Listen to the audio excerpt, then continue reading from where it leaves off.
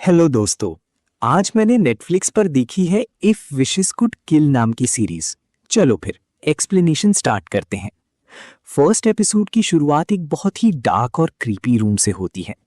यहाँ एक लड़की अपने हाथ में कटर लिए दीवार पर कुछ लिख रही होती है और साथ ही अपने फोन से खुद को रिकॉर्ड भी कर रही होती है। रिकॉर्डिंग के दौरान वो बार बार एक ही बात बोलती है कि वो चाहती है कि दुनिया के सारे लोग मर जाएं। दरअसल जिस फोन से वो रिकॉर्डिंग कर रही थी उसमें एक अजीब सा ऐप इंस्टॉल्ड होता है। उस ऐप में अगर कोई अपनी डेट ऑफ बर्थ डालकर कोई विश मांगे तो वो विश सपोजिडली 100% पूरी होती है। लड़की जैसे ही अपनी विश मांगती है उसके तुरंत बाद वो वही कटर अपने गले पर चला देती है।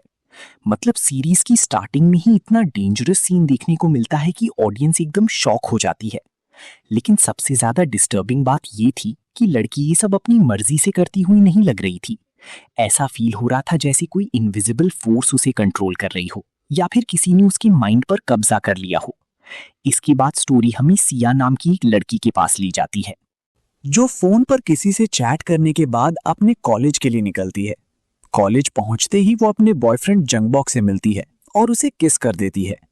दोनों की बॉन्डिंग देखकर समझ आ जाता है कि वो काफी टाइम से रिलेशनशिप में हैं। नेक्स्ट सीन में एंट्री होती है नारी नाम की एक रिच लड़की की जो एक लग्जरी कार में कॉलेज आ रही होती है। रास्ते में वो अपने फोन पर एस्ट्रोलॉजी से रिलेटेड चीजें देख रही होती है और उसमें लिखा होता है कि जिस इंसान से तुम प्यार करते हो उससे अपने दिल की सारी बातें बता दो। तभी उसकी नजर जंगबॉक और सिया पर पड़ती है और उन दोनों को साथ देखते ही उसका मूड एकदम चेंज हो जाता है। वो तुरंत कार से उतरकर पैदल चलने लगती है जिससे हिंट मिलता है कि शायद वो भी जंगबॉक को पसंद करती है। थोड़ी देर बाद इनके ग्रुप का एक और दोस्त यूनो भी आ जाता है और फिर ये सब साथ में क्लास की तरफ बढ़ते हैं।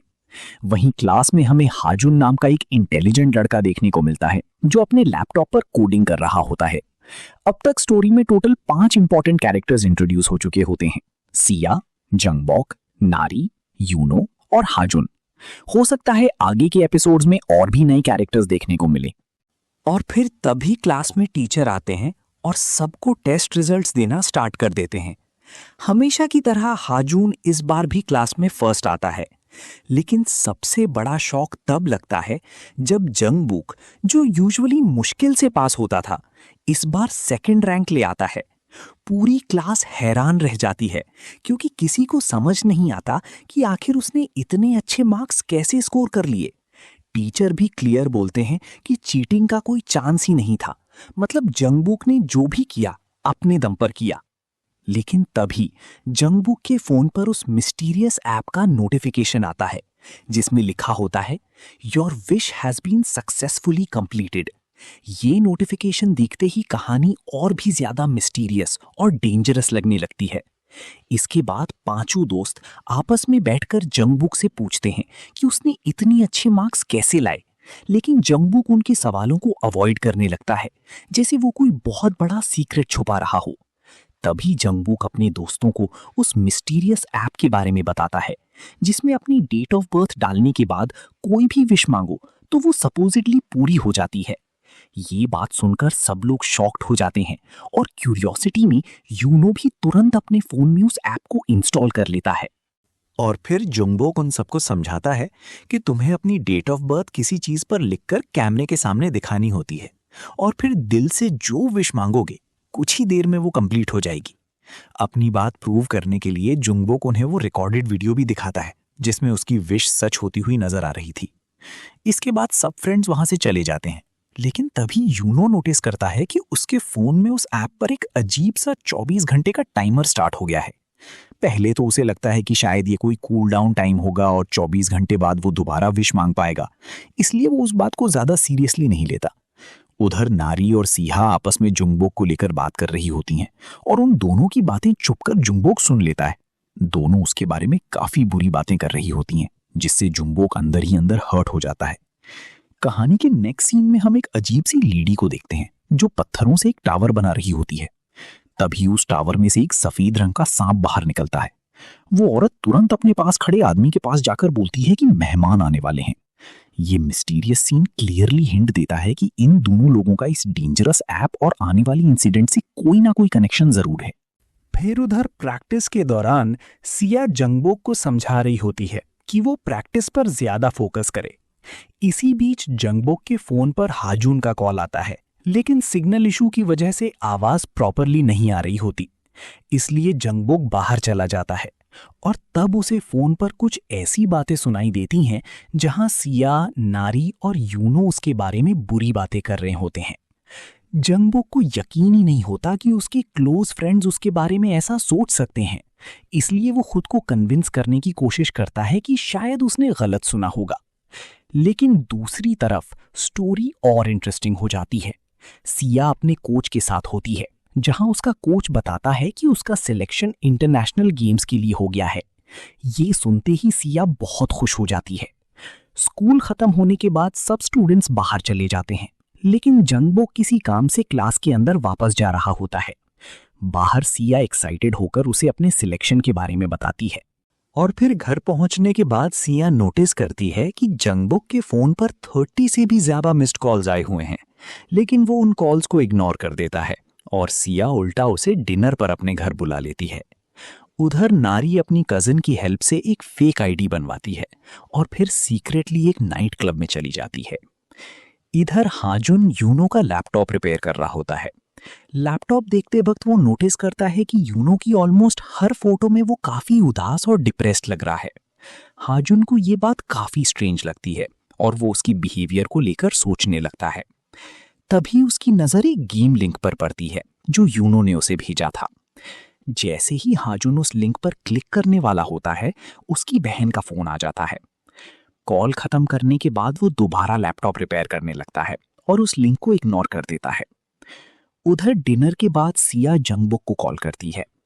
कॉल पर जंगबोक उससे थोड़ी इमोशनल वॉइस में पूछता है कि क्या वो सच में उसकी बर्थडे पार्टी में आएगी। ये सुनते ही एटमॉस्फेयर एकदम इमोशनल और सस्पिशियस दोनों फील होने लगता है, जैसे आने वाले समय में कुछ बहुत बड़ा होने वाला हो। और फिर तब सिया एक्साइटेड होते हुए जंगबोक को बताती है कि उसका सिलेक्शन इंटरनेशनल गेम्स के लिए हो गया है। ये सुनकर जंगबोक ऊपर से तो खुश दिखने की कोशिश करता है, लेकिन अंदर ही अंदर उसे जेलेसी और इनसिक्योरिटी फील होने लगती है। मजाक मजाक में वो अपनी डेट ऑफ बर्थ एक कार्डबोर्ड पर लिखता है और उस मिस्टीरियस ऐप के थ्रू वीडियो रिकॉर्ड करने लगता है। वीडियो में वो विश मांगता है कि सिया को इस कंपटीशन से डिस्क्वालीफाई कर दिया जाए। जंगबोक को लगता है कि वो सिर्फ फन कर रहा है, इसलिए बिना ज्यादा सोचे समझे वो वीडियो ऐप में सेंड कर देता है। अगली सुबह जब सिया और यूनो स्कूल पहुंचते हैं तो उन्हें नारी और जंगबोक कहीं दिखाई नहीं देते। दोनों को लगता है कि शायद वो क्लास के अंदर होंगे, लेकिन क्लास में एंटर करते ही उन्हें सिर्फ जंगबोक नजर आता है, जो अपनी सीट पर झुककर बैठा होता है। दूर से देखकर लगता है जैसे वो सो रहा हो। सिया जब उसके पास जाती हैं तब पता चलता है कि वो जाग रहा होता है और उसके हाथ में फोन होता है जिसमें वही मिस्टीरियस टाइमर चल रहा था। उस टाइमर में सिर्फ 2 मिनट बचे होते हैं। और फिर तभी क्लास में टीचर आ जाता है और फोन की नोटिफिकेशन साउंड सुनने के बाद जंगबुक को स्टैंड अप होने के लिए बोलता है, लेकिन जंगबुक बिल्कुल रिएक्ट नहीं करता। कुछ स्टूडेंट्स उसे उठाने की कोशिश करते हैं, लेकिन अचानक उसके बॉडी में अजीब सी हलचल होने लगती है।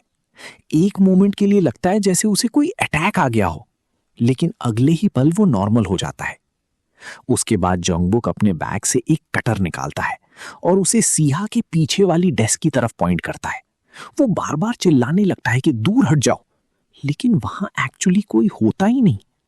ऐसा लग रहा था जैसे जंगबुक किसी इनविजिबल चीज को देख रहा हो।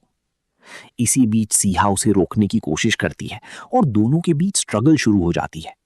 धक्का मुक्की के दौरान दोनों क्लासरूम की खिड़की के पास पहुंच जाते हैं और ऑलमोस्ट बाहर गिरने वाले होते हैं। तभी जंगबुक अपने फोन की तरफ देखता है और नोटिस करता है कि टाइमर में सिर्फ 26 सेकंड्स बचे हैं। उसका चेहरा कंप्लीटली बदल चुका होता है। वो सिया से हेल्प मांगने लगता है, लेकिन क्लियरली दिख रहा होता है कि वो अपने एक्शंस पर कंट्रोल नहीं कर पा रहा, जैसे किसी इविल फोर्स ने उसके बॉडी को पोजेस कर लिया हो। और फिर अचानक जंगबुक खुद ही वो कटर अपनी गर्दन में घुसा देता है। सबके सामने उसकी डेथ हो जाती है और उसी मोमेंट उसके फोन का टाइमर भी 0 हो जाता है। और फिर इस शॉकिंग सीन के साथ फर्स्ट एपिसोड एंड हो जाता है। सेकेंड एपिसोड की शुरुआत एक फ्लैशबैक से होती है, जहां हमें छोटी सी सिया दिखाई जाती है वो बचपन में अपनी आंटी के घर रहने आई थी और वहीं उसकी मुलाकात जुंगबुक से हुई थी। सिया बचपन में काफी लोनली हुआ करती थी और क्लास में उसका कोई दोस्त नहीं था। लेकिन धीरे धीरे जुंगबुक, नारी और यूनो उसकी लाइफ में आते हैं और इन सब की फ्रेंडशिप काफी स्ट्रांग हो जाती है। इसी क्लास में हाजुन भी होता है, जो पहली नजर में ही सिया को पसंद करने लगता है। कुछ टाइम बाद जुंगबुक भी उनके ग्रुप का इंपॉर्टेंट मेंबर बन जाता है और देखते ही देखते इन पांचों का ग्रुप एक परफेक्ट फ्रेंडशिप ग्रुप बन जाता है। स्टोरी फिर प्रेजेंट टाइम में लौट आती है, जहां कॉलेज अथॉरिटीज जुंगबुक की डेथ को सुसाइड डिक्लेयर कर देते हैं। इसके बाद हमें प्रीवियस नाइट का फ्लैशबैक दिखाया जाता है, जहां सिया जुंगबुक के घर गई थी और उसके लिए एक गिफ्ट भी लेकर गई थी। वहां जुंगबुक उसे बताता है कि उसके नंबर से किसी और ने कॉल किया था और उसे पहले ही समझ आ गया था कि वो आवाज सिया की नहीं थी। और फिर कहानी दोबारा प्रेजेंट टाइम में आ जाती है, जहां सिया को कोच समझा रहा होता है कि जुंगबुक की डेथ की वजह से उसकी 2-3 दिन की ट्रेनिंग टेम्पररी कैंसिल कर दी गई है। ये सुनने के बाद सिया और भी ज्यादा इमोशनली डिस्टर्ब हो जाती है, क्योंकि उसके माइंड में बार बार जुंगबुक का लास्ट मोमेंट घूम रहा होता है। सिया आगे बढ़कर कोच को समझाती है कि वो बिल्कुल ठीक है और ट्रेनिंग कंटिन्यू कर सकती है। लेकिन तभी अचानक ऊपर से एक बड़ा पैनल नीचे गिरता है और सिया बस 1 सेकंड के डिफरेंस से बच जाती है। यहीं पर हमें समझ आ जाता है कि जुंगबुक ने जो विश मांगी थी उसने अपना असर दिखाना स्टार्ट कर दिया है। सिया तुरंत भागते हुए यूनो के पास जाती है और उसे बताती है कि उसकी ट्रेनिंग कैंसिल हो गई है। उसी वक्त यूनो के फोन पर भी ग्रीगू ऐप का नोटिफिकेशन आता है, जहां उसकी विश सक्सेसफुली कंप्लीट होने की बात लिखी होती है। और अब यूनो के फोन में भी वही मिस्टीरियस टाइमर स्टार्ट हो जाता है। अब सिया को क्लियरली समझ आ चुका था कि जिस मोमेंट ये टाइमर 0 होगा, यूनो भी मर जाएगा। वो ये बात अपने सभी दोस्तों को बताती है, लेकिन कोई भी उसकी बात पर बिलीव नहीं करता। सबको लगता है कि जुंगबुक की डेथ का शॉक उसके दिमाग पर असर कर रहा है। और फिर इसी बीच हाजुन उस टाइमर को रोकने की कोशिश करता है और ऐप डिलीट करने का ट्राई करता है, लेकिन उसका कोई भी इफेक्ट नहीं होता। हाजुन बोलता है कि अगर उसके पास उसका लैपटॉप होता तो शायद वो टाइमर को रिवर्स या हैक कर सकता था। तब सिया उसे बताती है कि उसकी आंटी घर पर नहीं है, तो वो शाम को उसके घर आ सकता है। उधर यूनो सिया के घर पर होता है, तभी उसके फोन पर एक कॉल आता है। कॉल में सिया और नारी की आवाज सुनाई देती है, जो उसके बारे में बुरी बातें कर रही होती हैं। अब क्लियरली दिख रहा था कि ऐप का इफेक्ट यूनो के दिमाग पर भी शुरू हो गया है। यूनो गुस्से में फोन लेकर सिया के पास पहुंचता है, लेकिन तब तक कॉल डिस्कनेक्ट हो चुकी होती है। हाजुन तुरंत यूनो का फोन लेकर उस ऐप को चेक करता है। उसके अकॉर्डिंग कोडिंग काफी सिंपल थी, इसलिए वो फोन को रिवर्स और रीबूट कर देता है। उसे लगता है कि शायद अब सब नॉर्मल हो जाएगा, लेकिन उल्टा यूनो और भी वियर्ड बिहेव करने लगता है। वो अपनी आंखों को इतनी बुरी तरह रगड़ने लगता है कि उसकी आंखें पूरी लाल हो जाती हैं। सिया ये देखकर उसे रोकने की कोशिश करती है, लेकिन यूनो उसे जोर से धक्का दे देता है। अब उसकी हरकतें देखकर लग रहा था जैसे उसे भी किसी ईविल स्पिरिट ने पोजेस कर लिया हो। बिल्कुल जुंगबुक की तरह वो भी हवा में किसी इनविजिबल चीज को देखकर रिएक्ट कर रहा होता है, जैसे कोई उसके आसपास खड़ा हो, लेकिन रियलिटी में वहां कोई नहीं होता। और फिर इसी दौरान हमें रिवील होता है कि वो इनविजिबल एंटिटी असल में वही मिस्टीरियस लेडी है जिसे हमने शुरुआत में पत्थरों का टावर बनाते हुए देखा था। उसके बाद यूनो एक एक करके सब पर अटैक करना स्टार्ट कर देता है और उसका फोन दोबारा ऑन होकर टाइमर को कंटिन्यू कर देता है। पोजेस्ड स्टेट में यूनो हाजुन से कहता है कि उसे बीच में नहीं आना चाहिए था और वो उसे गर्दन से पकड़कर मारने की कोशिश करता है। सिचुएशन इतनी डेंजरस हो जाती है कि सिया मजबूरन लैपटॉप उठाकर यूनो के सर पर मार देती है। स्ट्राइक इतनी पावरफुल होती है कि यूनो तुरंत बेहोश होकर नीचे गिर जाता है। सबसे शॉकिंग बात यह थी कि नारी इन सारी इंसिडेंट्स को छुपकर अपने फोन में रिकॉर्ड कर रही होती है। इन सब के बाद सब लोग हॉस्पिटल पहुंच जाते हैं। यूनो क्रिटिकल कंडीशन में एडमिट होता है और सिया भी वहीं होती है। तब डॉक्टर सिया उन्हें बताती है कि यूनो की कंडीशन बहुत ज्यादा सीरियस है और शायद उसकी जान बचाना मुश्किल हो। उधर हाजुन के पास उसकी सिस्टर हायोंग का कॉल आता है। रिवील होता है कि वही मिस्टीरियस लेडी असल में हायोंग थी, जिसे हमने पहली स्टोन्स अरेंज करते देखा था। वो हाजुन को बताती है कि उसके दोस्तों के पीछे एक डेंजरस स्पिरिट लगी हुई है। और फिर शुरू में हाजुन को उसकी बातों पर बिल्कुल यकीन नहीं होता, लेकिन जब हायुंग एक एक करके उसके दोस्तों के साथ हुई सारी इंसिडेंट्स परफेक्टली बता देती है, तब हाजुन को समझ आ जाता है कि वो सच बोल रही है।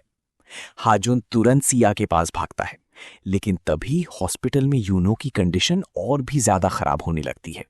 डॉक्टर्स उसे बचाने की पूरी कोशिश कर रहे होते हैं, लेकिन लग रहा होता है कि वो किसी भी वक्त मर सकता है। इसी डेस्परेट मोमेंट में सिया तुरंत अपना फोन निकालती है, ग्रीगो ऐप ओपन करती है और वीडियो रिकॉर्ड करके विश मांगती है कि यूनो ठीक हो जाए। लेकिन असल में सिया सिर्फ यूनो को बचाना नहीं चाहती थी, वो ये भी जानना चाहती थी कि यूनो ने जिस इनविजिबल औरत को देखा था वो आखिर कौन थी और वो इन सबसे क्या चाहती थी। यूनो की कंडीशन अब थोड़ी स्टेबल हो चुकी थी, लेकिन उसने जो भी देखा था उसके बारे में वो प्रॉपरली कुछ बता नहीं पा रहा था। उसकी आंखों में अभी भी डर साफ नजर आ रहा था, जैसे उसने किसी बहुत ही डेंजरस चीज का सामना किया हो। उधर नारी चुपके से यूनो के फोन के पास पहुंचती है। वो उसका फोन उठाकर अपने फोन के टाइमर से कंपेयर करती है। यहीं पर हमें एक बहुत बड़ा रिवील मिलता है।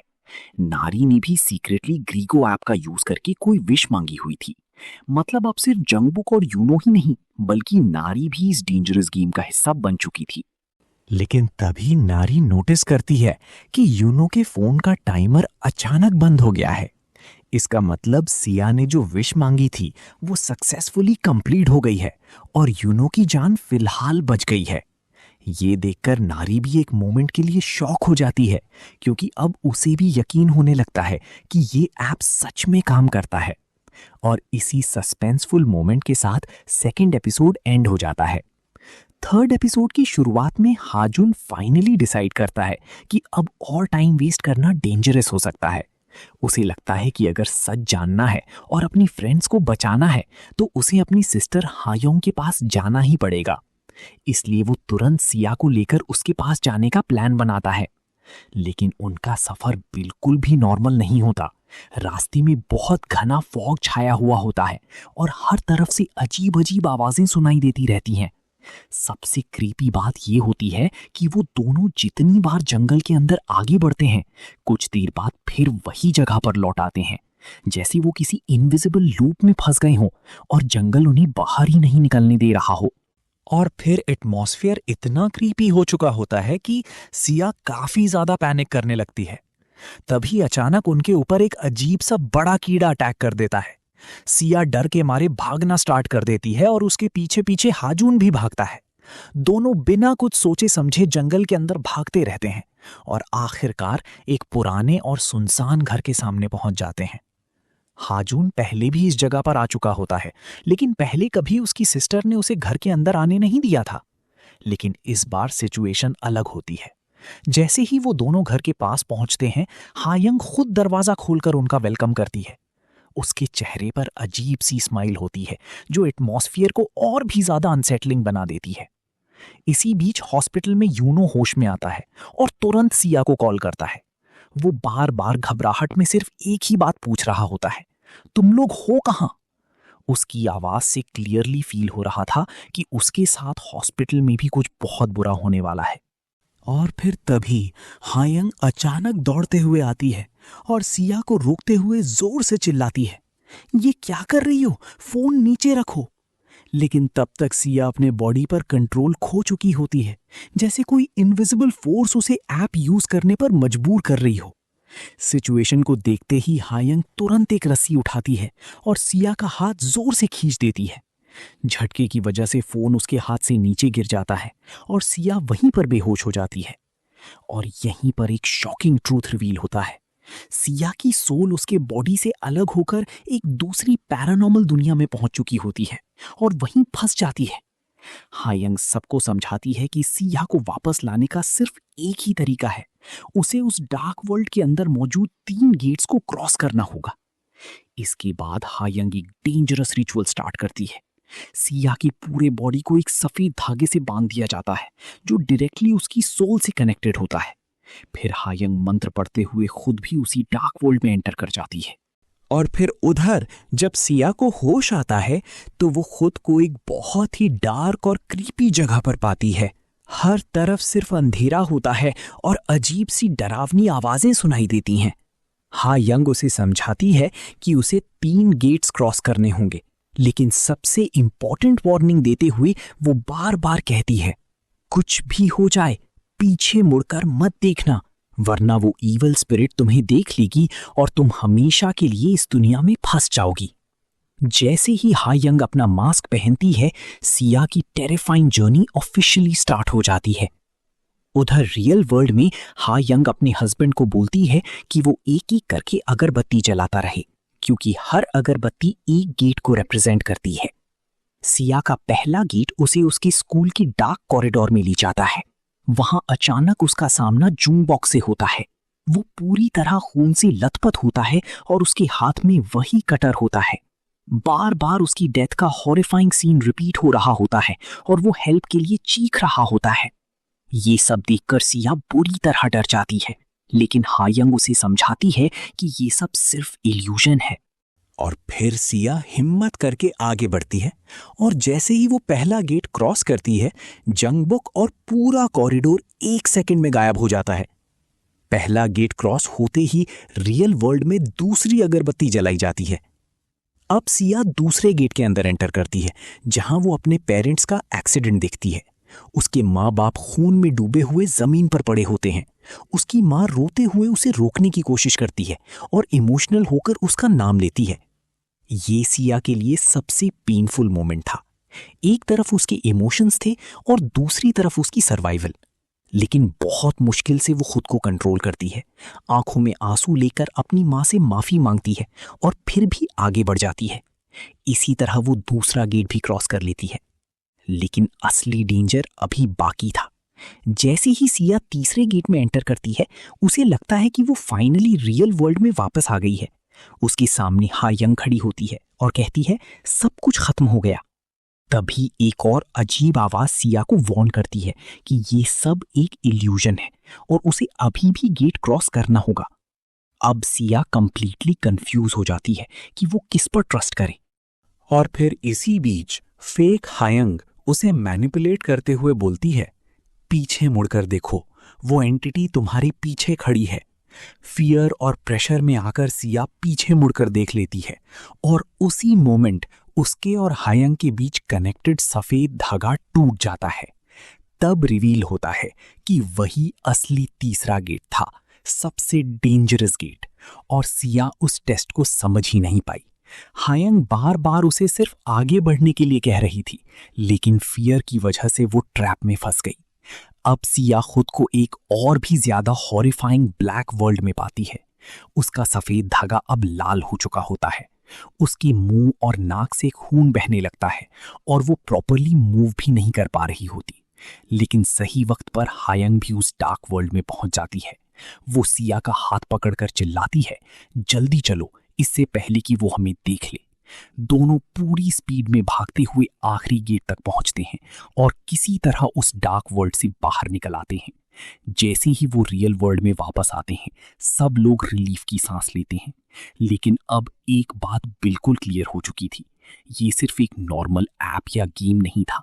ये एक ऐसी कर्स्ड फोर्स थी जो लोगों की सबसे बड़ी वीकनेस को टारगेट करती थी। और सबसे स्केरी बात, असली हॉरर अभी शुरू हुआ था। और फिर उधर नारी हॉस्पिटल में बैठी सिर्फ एक ही बात सोच रही होती है, यूनो का काउंटडाउन अचानक कैसे रुक गया? क्योंकि उसके हिसाब से इस गेम में किसी की विश कंप्लीट होने के बाद सिर्फ डेथ ही पॉसिबल थी। लेकिन यहां कुछ और ही हो गया था। नारी डायरेक्टली यूनो से पूछती है कि उसके साथ एग्जैक्टली क्या हुआ था, लेकिन यूनो को कुछ भी प्रॉपरली याद नहीं होता। तब नारी उसे वो वीडियो दिखाती है जिसमें क्लियरली नजर आ रहा होता है कि किसी अननोन फोर्स ने उसके बॉडी पर कंट्रोल कर लिया था। लेकिन इतना सब देखने के बाद भी यूनो उस बात को सीरियसली नहीं लेता। नारी उसे ताना मारते हुए बोलती है, सिया तो तुम्हें देखने हॉस्पिटल भी नहीं आई, लगता है अब वो तुमसे दूर हो रही है। ये बात सुनते ही यूनो के माइंड में डाउट और इनसिक्योरिटी और ज्यादा बढ़ने लगती है। उधर शाम को हायोंग सबको इस ऐप की असली सच्चाई बताती है। वो रिवील करती है कि ये ऐप किसी नॉर्मल इंसान ने नहीं बनाया, बल्कि एक ऐसी रिवेंजफुल स्पिरिट ने क्रिएट किया है जो लोगों की डिजायर्स और वीकनेसेस का यूज करती है। हायोंग के अकॉर्डिंग इस कर्स को खत्म करने का सिर्फ एक ही तरीका है। उन्हें वो ऑब्जेक्ट ढूंढना होगा जो रियल वर्ल्ड और स्पिरिट वर्ल्ड को कनेक्ट करता है। और सबसे ज्यादा चांसेस इस बात की थी कि वो ऑब्जेक्ट एक मोबाइल फोन हो सकता है। वही मोबाइल सिया ने तीसरे गेट के अंदर देखा था। लेकिन प्रॉब्लम ये थी कि अब उस डार्क वर्ल्ड तक सिर्फ सिया ही पहुंच सकती थी, क्योंकि उसकी सोल अब पार्शियली उस स्पिरिट वर्ल्ड से कनेक्टेड हो चुकी थी। और फिर उसी रात जब सिया सो रही होती है, तभी अचानक उसे फील होता है कि उसके चेहरे पर कुछ टपक रहा है। पहले उसे लगता है शायद पानी होगा, लेकिन जब वो आंखें खोलती है तो शॉक हो जाती है। वो पानी नहीं, खून होता है। सिया डर के मारे कांपने लगती है और तभी उसके सामने एक हॉरिफाइंग फिगर अपीयर होती है। एक लड़की जिसका गला पूरी तरह कटा हुआ होता है और उसके नेक से कंटिन्यूअसली खून बह रहा होता है। वो स्पिरिट धीरे धीरे सिया की तरफ बढ़ने लगती है और फिर अपनी उंगली से उसके पीछे की तरफ पॉइंट करती है। जैसे ही सिया डर के मारे पीछे मुड़कर देखती है, कोई अचानक उस पर अटैक कर देता है और वो एकदम शॉक में उठ जाती है। जागने के बाद उसे रियलाइज होता है कि वो सब एक नाइटमेयर था, लेकिन उसका डर अब पहले से कहीं ज्यादा बढ़ चुका था, क्योंकि अब उसे कंफर्म हो गया था कि वो स्पिरिट उसे डायरेक्टली कांटेक्ट करने लगी है। और इसी क्रीपी मोमेंट के साथ थर्ड एपिसोड एंड हो जाता है। फोर्थ एपिसोड की शुरुआत में सिया तुरंत हाजुन और बाकी सबको अपने नाइटमेयर के बारे में बताती है। वो कहती है कि उसने वहां सिर्फ एक नहीं बल्कि 2 स्पिरिट्स देखी थी, एक उसके सामने और एक उसके पीछे। और फिर ये सुनकर हायंग काफी सीरियस हो जाती है और बताती है कि सिचुएशन उनकी सोच से भी ज्यादा डेंजरस है। वो सिया के हाथ में एक सफेद धागा बांधती है और बोलती है, ये थ्रेड तुम्हें हमसे कनेक्टेड रखेगा। अगर ये टूट गया तो तुम हमेशा के लिए अकेली पड़ जाओगी। साथ ही हायंग उसे एक और वार्निंग देती है, रास्ते में चाहे कोई कॉल आए या मैसेज, किसी भी चीज का रिप्लाई मत देना। वो स्पिरिट्स तुम्हें कंफ्यूज करने की कोशिश करेंगी। इसके बाद सिया, हाजुन और बाकी लोग उस कर्स्ड मोबाइल को ढूंढने के लिए निकल पड़ते हैं। रास्ते में सिया हाजुन से पूछती है कि हायंग उनके साथ क्यों नहीं आ रही। तब हाजुन बताता है कि हायंग ऑलरेडी स्पिरिट वर्ल्ड से बहुत डीपली कनेक्टेड है। अगर वो डायरेक्टली उस जगह गई तो शायद वो वापस ही ना आ सके। ये बात सुनते ही सबको समझ आ जाता है कि अब जो भी करना है वो सिया को ही करना पड़ेगा, और इस बार डेंजर पहले से कई गुना ज्यादा बड़ा होने वाला था। तब हाजुन सबको बताता है कि एक स्पिरिट पहले से ही हायंग की बॉडी पर पार्शियली कंट्रोल कर रही है। इसी वजह से वो डायरेक्टली उस इविल फोर्स का सामना नहीं कर सकती। और फिर ये बात सुनकर सिया काफी इमोशनल हो जाती है, लेकिन फिर भी वो हायंग को प्रॉमिस करती है कि वो कोई ना कोई सोल्यूशन जरूर ढूंढ लेगी।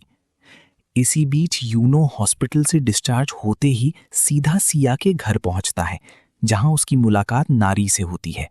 नारी उससे झूठ बोल देती है कि सिया ने उसे कुछ सामान लेने भेजा है। अब सब लोग मिलकर लैपटॉप की हेल्प से उस मिस्टीरियस मोबाइल को ट्रेस करने की कोशिश करते हैं। क्योंकि जंगबोक ने सबसे पहले इस ऐप का यूज किया था, इसलिए उस ऐप का काफी डेटा उसके लैपटॉप में सेव था। तभी डिस्कॉर्ड पर जंगबोक की एक ऑनलाइन फ्रेंड का कॉल आता है। वो बहुत ज्यादा पैनिक में होता है और पूछता है, तुम लोग कहाँ हो? सब बोल रहे हैं जंगबोक के साथ कुछ बहुत बुरा हुआ। सिचुएशन संभालने के लिए सिया क्विकली जंगबोक बनकर टाइपिंग में रिप्लाई करती है। बातचीत के दौरान वो लड़का बताता है कि उसने वो चीज फाइनली ढूंढ ली है जिसे जंगबोक काफी दिनों से सर्च कर रहा था। फिर वो उन्हें मिलने के लिए एक लोकेशन भेजता है। फिर हाजुन तुरंत जोंगबुक की लोकेशन हिस्ट्री चेक करता है और उस जगह का पता लगा लेता है। जैसे ही वो लोग वहां पहुंचते हैं, वो लड़का उन्हें देखकर भागने लगता है, लेकिन सिया एक एथलीट होती है, इसीलिए वो उसे दौड़कर पकड़ लेती हैं। पूछताछ के दौरान वो लड़का बताता है कि उसने जोंगबुक के लिए कुछ स्पेशल मेडिसिन अरेंज की थी और उसे ये ऐप इंटरनेट पर एक मिस्टीरियस पोस्ट के थ्रू मिला था। उस पोस्ट में 2 लड़कियों की फोटो थी और उनमें से एक लड़की की मां का नाम सेम था। ये क्लू मिलते ही सब लोग उस एरिया में जाते हैं जहां हीजुंग नाम की लड़की रहती थी। काफी सर्चिंग के बाद उन्हें एक पुरानी सी शॉप मिलती है, जहां उन्हें पता चलता है कि हीजुंग पिछले 3 साल से मिसिंग है, लेकिन सबसे बड़ा ट्विस्ट तब आता है जब रिवील होता है कि जोंग ही असल में उस औरत की बेटी नहीं थी, बल्कि सिर्फ उसकी दोस्त थी। जब वो लोग उसके घर पहुंचते हैं, हाजुन अंदर जाकर इन्वेस्टिगेशन करता है। अंदर उसे एक हिडन रूम मिलता है जो अजीब डॉल्स, मूर्तियों और ऑकल्ट चीजों से भरा हुआ होता है। उधर बाहर सिया को मिट्टी में दबी हुई एक जैकेट मिलती है। उस जैकेट के नीचे एक तावीज होता है जिसमें जोंग ही और सीवॉन की फोटो लगी होती है। और फिर ये सब क्लूज देखने के बाद हाजुन को समझ आ जाता है कि ये ऐप डायरेक्टली स्कूल सिस्टम से कनेक्टेड है, क्योंकि इस ऐप को ऑफिशियली एक कंपटीशन प्रोजेक्ट के नाम पर क्रिएट किया गया था। मतलब जितने भी वीडियोस लोग ऐप में अपलोड करते थे वो सब स्कूल के सर्वर में सेव हो रहे थे। अगर वो लोग सबसे पहला ओरिजिनल वीडियो ढूंढकर डिलीट कर दें तो शायद ये कर्स खत्म हो सकता है। और साथ ही वो स्कूल सर्वर हैक करके उस कर्स्ड मोबाइल की लोकेशन भी ट्रेस कर सकते हैं। उन्हें पता चलता है कि इस फोन में सबसे पहले कार्ड्स इंसर्ट किया गया था और उसी डिवाइस में वो इविल स्पिरिट भी सील्ड है। लेकिन प्रॉब्लम ये थी कि स्कूल का सर्वर सिर्फ टीचर्स एक्सेस कर सकते थे। तब सिया एक स्मार्ट आइडिया निकालती है। वो सीक्रेटली अपनी कोच की ईमेल आईडी यूज करके स्कूल सिस्टम में लॉग इन कर लेती है। जैसे ही वो लोग वीडियोस ओपन करते हैं, सब कंप्लीटली शॉक्ड रह जाते हैं, क्योंकि उन वीडियोस में से एक वीडियो नारी का होता है। वीडियो में नारी क्लियरली नशे की हालत में बोल रही होती है, मैं विश करती हूं कि 2 लोग मर जाएं ताकि मुझे उनसे हमेशा के लिए छुटकारा मिल सके। और सबसे शॉकिंग बात, वो अभी दूसरे इंसान का नाम लेने ही वाली होती है। लेकिन उससे पहले ही कोई अचानक नारी का फोन उसके हाथ से छीन लेता है। ये सब देखकर सिया के पैरों तले जमीन खिसक जाती है, क्योंकि अब सब कुछ क्लियर हो चुका था। जंगबोक की डेथ के पीछे नारी की विश थी, और सबसे स्कैरी बात ये थी कि अब अगला टारगेट शायद किसी और को बनाया जाने वाला था। इसी शॉकिंग रिवील के साथ 4th एपिसोड खत्म हो जाता है। 5th एपिसोड की शुरुआत में नारी के ऊपर धीरे धीरे कर्स का इफेक्ट दिखना स्टार्ट हो जाता है। उसका काउंटडाउन जो पहले रुक गया था अब दोबारा से स्टार्ट हो चुका होता है। साथ ही उसे अजीब अजीब हैलुसिनेशंस और आवाजें सुनाई देने लगती हैं। उसे लगता है जैसे उसके दोस्त उसके फैमिली के बारे में बुरी बातें कर रहे हों। कोई बोल रहा होता है कि उसकी माँ ने उसके फादर को चीट किया था और इसी वजह से नारी भी सेल्फिश है और किसी से सच्चा प्यार नहीं कर सकती। ये सब सुनकर नारी अंदर ही अंदर टूटने लगती है। तब हमें समझ आता है कि ये कर्स हर इंसान की सबसे वीक इमोशनल फीलिंग को टारगेट करता है। बिल्कुल इसी तरह जंगबोक भी हैलुसिनेशन से परेशान रहता था और इसी मेंटल प्रेशर की वजह से वो मेडिसिन्स लेता था ताकि उसका माइंड थोड़ी देर के लिए शांत रह सके। और फिर सच जानने के लिए नारी एक लड़की के पास जाती है जो इस ऐप के बारे में थोड़ा बहुत जानती थी। नारी उसे फोर्स करके पूछती है कि वो जो कुछ भी जानती है सब सच सच बता दे। तब वो लड़की रिवील करती है कि इस ऐप को ओरिजिनली एक स्कूल गर्ल ने सिर्फ अपनी दोस्त को मेंटली टॉर्चर करने के लिए बनाया था, लेकिन धीरे धीरे चीजें कंट्रोल से बाहर निकल गईं और आखिर में दोनों लड़कियों की मौत हो गई। उस लड़की को पूरा सच नहीं पता होता, लेकिन वो इतना जरूर बताती है कि अगर असली ट्रूथ समझना है तो उन्हें सेवॉन के बारे में और इन्वेस्टिगेट करना होगा, क्योंकि इस पूरे कर्स की जड़ वही है। अब धीरे धीरे सारी चीजें कनेक्ट होने लगती हैं। उस दिन जब सब सिया के घर पर इकट्ठा हुए थे तब नारी ने भी उस इविल स्पिरिट को देखा था जो यूनो पर अटैक कर रही थी, और इसी डर की वजह से उसने सीक्रेटली पूरा वीडियो रिकॉर्ड किया था। लेकिन असली गेम तब स्टार्ट होता है जब नारी को पता चलता है कि यूनो का काउंटडाउन अचानक रुक गया था और इसी मिस्ट्री को सॉल्व करने के लिए वो हॉस्पिटल भी गई थी। और फिर वहीं पर उस इविल फोर्स ने एक डेंजरस ट्रिक खेली। सिया के फोन से यूनो को एक फेक मैसेज भेजा गया जिसमें लिखा था कि उन्हें कर्स तोड़ने का तरीका मिल गया है, लेकिन नारी को इसके बारे में नहीं बताना क्योंकि किसी एक को इसकी कीमत चुकानी होगी। नारी इस मैसेज को सच मान लेती है और उसके अंदर बिट्रेयल और जेलेसी और भी ज्यादा बढ़ने लगती है। उसे लगने लगता है कि उसके दोस्त उसे सैक्रिफाइस करने वाले हैं। उधर सिया और हाजून स्कूल के सिस्टम में घुसकर वीडियोस और रिकॉर्ड्स चेक कर रहे होते हैं, जबकि यूनो भी अपनी तरफ से इन्वेस्टिगेशन कर रहा होता है। नर्स के रूम में उसे सीवॉन की एक पुरानी फाइल मिलती है जिसमें लिखा होता है कि उसकी डेथ फेस और नेक पर सिवियर इंजरीज की वजह से हुई थी। ये देखते ही यूनो को यकीन हो जाता है कि वही कट थ्रोट स्पिरिट असल में सेवॉन ही थी जिसने उस पर अटैक किया था। लेकिन तभी उसे एक और स्ट्रेंज बात नोटिस होती है। नारी इस ट्रूथ पर उतनी शॉक्ड नहीं लग रही होती जितना उसे होना चाहिए था। तब यूनो सस्पिशियस होकर उससे पूछता है, तुम मुझसे कुछ छुपा तो नहीं रही?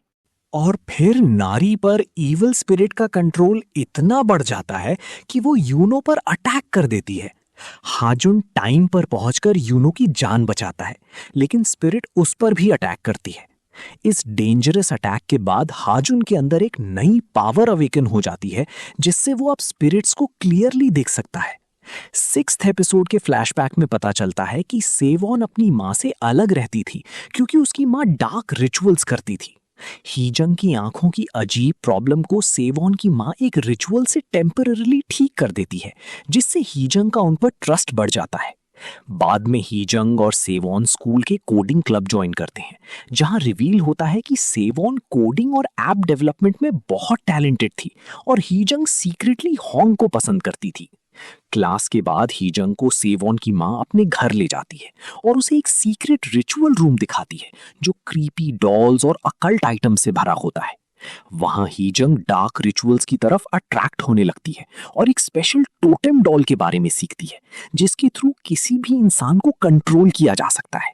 सेवॉन की माँ उसे पूरा डेंजरस रिचुअल समझाती है, जिसमें पर्सनल आइटम्स, ब्लड और डेस्टिनी कंट्रोल करने वाली प्रैक्टिसेस शामिल होती हैं। और फिर दूसरी तरफ कोडिंग क्लब में एक विश फुलफिलिंग ऐप बनाने का आइडिया आता है, जिसे सुनकर हीजंग को रिचुअल्स और टेक्नोलॉजी को कंबाइन करने का कॉन्सेप्ट मिलता है। लेकिन सेवॉन को ये सब अपनी माँ के डार्क प्रैक्टिसेस जैसा लगता है और वो गुस्से में वहां से चली जाती है। बाद में जब वो हीजंग को अपनी माँ के रिचुअल रूम में देखती है तो और ज्यादा डर जाती है। एपिसोड का टेंशन तब और बढ़ जाता है जब सेवॉन की माँ रिवील करती हैं कि किसी का नाम और बर्थ डेट लिखकर उसकी डेस्टिनी तक कंट्रोल की जा सकती है। हीजंग और सेवॉन मजाक मजाक में ग्रीगू ऐप पर अपनी विशेस अपलोड कर देते हैं। सेवॉन विश करती है कि उसकी माँ मर जाए, जबकि हीजंग होंग के साथ डेट पर जाना चाहती है। लेकिन अगले ही दिन अजीब सुपरनैचुरल इंसिडेंट्स शुरू हो जाते हैं। सेवॉन की माँ डार्क फोर्सेस से बचाने के लिए प्रोटेक्शन रिचुअल करती है, लेकिन उसकी जान चली जाती है।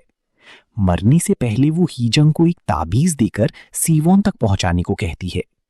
स्कूल में जब सबको पता चलता है कि सेवॉन की माँ एक शामन थी, तब सेवॉन एम्बैरेसमेंट में हीजंग का प्राइवेट विश वीडियो लीक कर देती है। होंग भी सबके सामने हीजंग को इंसल्ट और स्लैप करता है। इस ह्यूमिलिएशन के बाद हीजंग रिवेंज लेने का फैसला करती है। वो होंग का नेम टैग और सेवॉन की बाल यूज करके डेंजरस डॉल रिचुअल परफॉर्म करती है और ग्रीगो ऐप पर फाइनल विश रिकॉर्ड करते हुए चाहती है कि सब लोग मर जाएं। उसकी तुरंत बाद वो सुसाइड कर लेती है। और फिर बाद में जब सेवॉन उस वीडियो को सर्वर से डिलीट करने की कोशिश करती है, तो सिस्टम बार बार रीस्टार्ट हो जाता है और हीजंग का हॉरिफाइंग सुसाइड वीडियो अपने आप स्क्रीन पर चलने लगता है। एग्जैक्टली वही शॉकिंग सीन जो सीरीज की बिगिनिंग में दिखाया गया था। वैंग और शिवांग दोनों ईविल कर्स के इन्फ्लुएंस में आकर पोजेस हो जाते हैं और हॉरिफाइंग तरीके से अपनी जान ले लेते हैं। उनकी डेथ्स के तुरंत बाद फोन पर नोटिफिकेशन आता है कि विश कंप्लीट हो चुकी है, जिससे सबको समझ आ जाता है कि ग्रीगू ऐप और श्राप सच में कनेक्टेड हैं। 7th एपिसोड में प्रेजेंट टाइमलाइन में सब डिसाइड करते हैं कि कर्स को रोकने के लिए उन्हें उस ओरिजिनल फोन को ढूंढना होगा जहां से सब शुरू हुआ था। ऐप की लोकेशन ट्रैक करके वो उस जगह की तरफ निकलते हैं, लेकिन रास्ते में सुपरनैचुरल एक्सीडेंट्स होने लगते हैं। एक मिस्टीरियस ट्रक बिना ड्राइवर के मिलता है और एक डेंजरस एक्सीडेंट में तांशु बुरी तरह इंजर्ड हो जाता है जब वो सिंह की जान बचाता है। हॉस्पिटल भेजने के बाद भी तांशु सबको कहता है कि किसी भी हाल में इस डेडली गेम को खत्म करना होगा। और सिया फाइनली उस जगह तक पहुंच जाती है जहां कर्स्ड फोन छुपा हुआ था। ब्रोकन ब्रिज क्रॉस करके वो फोन तक पहुंचती है, लेकिन पोजेस्ड नारी उस पर अटैक कर देती है। ज्ञान टाइम पर आकर सिया की जान बचाता है और सिया फोन हासिल कर लेती है, लेकिन नारी उसके गले का प्रोटेक्टिव थ्रेड तोड़ देती है, जिसके बाद सिया के अंदर भी पोजेशन के साइंस दिखने लगते हैं। रंग के कहने पर ज्ञान सिया को वापस ले जाने की कोशिश करता है। तभी सिया खुद को एक स्ट्रेंज इल्यूजन वर्ल्ड में पाती है, जहां सब कुछ नॉर्मल लग रहा होता है। स्कूल और दुनिया बिल्कुल नॉर्मल दिखते हैं, लेकिन सिया समझ जाती है कि ये सिर्फ एक फेक रियलिटी है। इसी इल्यूजन के अंदर नारी फिर से उस पर अटैक करने लगती है। दूसरी तरफ रियल वर्ल्ड में ज्ञान बेहोश सिया को लेकर हायोंग के घर की तरफ जा रहा होता है, लेकिन जंगल में उसके साथ भी एक डेंजरस एक्सीडेंट हो जाता है जब जमीन धंसने लगती है और वो मुश्किल से अपनी जान बचाता है। सिया पूरी तरह स्पिरिट के कंट्रोल में आने लगती है, लेकिन ज्ञान हिम्मत नहीं मानता और हायोंग के घर पहुंचकर उसकी मदद लेता है। हायोंग रिचुअल करके सिया के फोन को डिस्ट्रॉय करने की कोशिश करती है, पर कुछ नहीं होता। तब सबको समझ आता है कि ये असली कर्स्ड फोन नहीं है। स्पिरिट वर्ल्ड में नारी और डेंजरस स्पिरिट्स उन पर अटैक करते हैं, लेकिन हायुंग उन्हें बचाकर सर्वर रूम तक पहुंचने में हेल्प करती है। यहीं एक शॉकिंग ट्रुथ रिवील होता है। कैरी ऐप और कर्स को जोंग ने नहीं, बल्कि सेवोंग ने एक्टिवेट किया था। जोंग की डेथ के बाद सेवोंग ने फाइनल विश मांगी थी कि ये डेडली कर्स कभी खत्म ना हो और हमेशा रिपीट होता रहे। प्रेजेंट टाइमलाइन में हायुंग बताती है कि कर्स को रोकने के लिए असली फोन ढूंढना जरूरी है। स्पिरिट वर्ल्ड में वो जोंग का रूप लेकर सेवोंग को डिस्ट्रैक्ट करती है, जबकि सिया मौका मिलते ही सर्वर रूम में जाकर ओरिजिनल कर्स्ड फोन को ढूंढने लगती है। सिया को सर्वर रूम के अंदर एक सीक्रेट पैसेज मिलता है, लेकिन पजेस्ड नारी उस पर फिर अटैक कर देती है। दोनों के बीच इंटेंस फाइट होती है और इस बार सिया हिम्मत दिखाते हुए नारी को हरा देती है। स्पिरिट वर्ल्ड में हायुंग सेवोंग को डिस्ट्रैक्ट करने की कोशिश करती है, लेकिन सेवोंग उसकी सच्चाई जान लेती है और उस पर डेडली अटैक कर देती है। और फिर लास्ट मोमेंट पर जियोंग की असली स्पिरिट आकर हायोंग को बचाती है। मौका मिलते ही हायोंग तीर से सेवोंग को घायल कर देती है। दूसरी तरफ सिया सीक्रेट रूम में असली कर्स्ड फोन ढूंढ लेती है, जहां जियोंग का नाम और बर्थ डेट लिखा होता है। वो फोन लेकर हायोंग के पास पहुंचती है। जब हायोंग का अटैक मिस हो जाता है, तब सिया खुद स्टील का टुकड़ा उठाकर फोन को डिस्ट्रॉय कर देती है, ताकि कर्स को हमेशा के लिए खत्म किया जा सके। जैसे ही फोन डिस्ट्रॉय होता है, वो पूरी स्पिरिट वर्ल्ड धीरे धीरे मिटने लगती है। सिया और हायोंग फाइनली वापस रियल वर्ल्ड में आ जाते हैं और सब कुछ नॉर्मल होने लगता है। लेकिन एंडिंग में हमें पता चलता है कि नारी की स्पिरिट अब भी उस स्पिरिट वर्ल्ड में फंसी हुई है। लास्ट सीन में हम सबको एक साथ देखते हैं। तानशु का भी टाइम पर ट्रीटमेंट हो जाता है और वो बच जाता है। तो यहीं पर सीरीज खत्म हो जाती है। तो दोस्तों, कैसी लगी आपको एक्सप्लेनेशन कमेंट में बताना और वीडियो को लाइक भी कर देना और मेरे चैनल को सब्सक्राइब करना और बेल आइकन को प्रेस करना मत भूलना।